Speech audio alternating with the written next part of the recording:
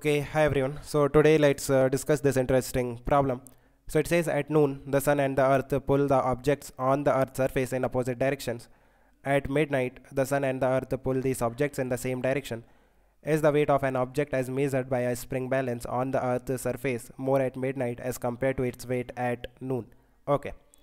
So इस तरह से हमारे पास सन है एंड यहाँ पर अर्थ है और यहाँ पर एक ऑब्जेक्ट है on the surface of earth. This is day time.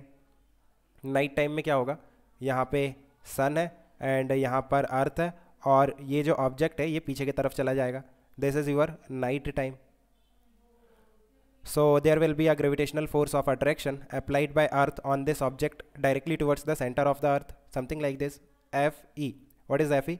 Fe is the gravitational force of attraction by the earth on this object, जो कि directly towards the centre of अर्थ होता है. सो यहाँ पे भी देखो नाइट टाइम में भी directly towards the centre of earth होगा Fe. Now there will be a gravitational force of attraction applied by this sun on this object that will be directly towards the centre of the sun. So इस तरह से देखो Fs है ना, gravitational force of attraction by the sun directly towards the centre of the sun. So यहाँ पे भी इस तरह से Fs होगा.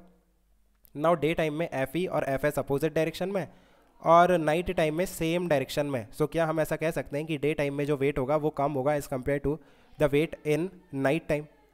सो देखो मैं टाइडल थ्योरीज की बात नहीं करूँगा, लाइक जो टाइडल फोर्सेस हैं, because that is not the part of our syllabus. आप देखो ये जो Fs है इसका इफेक्ट हम नहीं लेंगे on the weight of this object.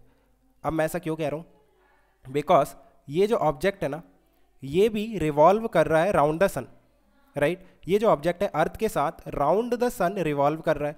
सो जो फोर्स लग रहा है by the sun on this object will be utilised to provide the centripetal acceleration to this object, right.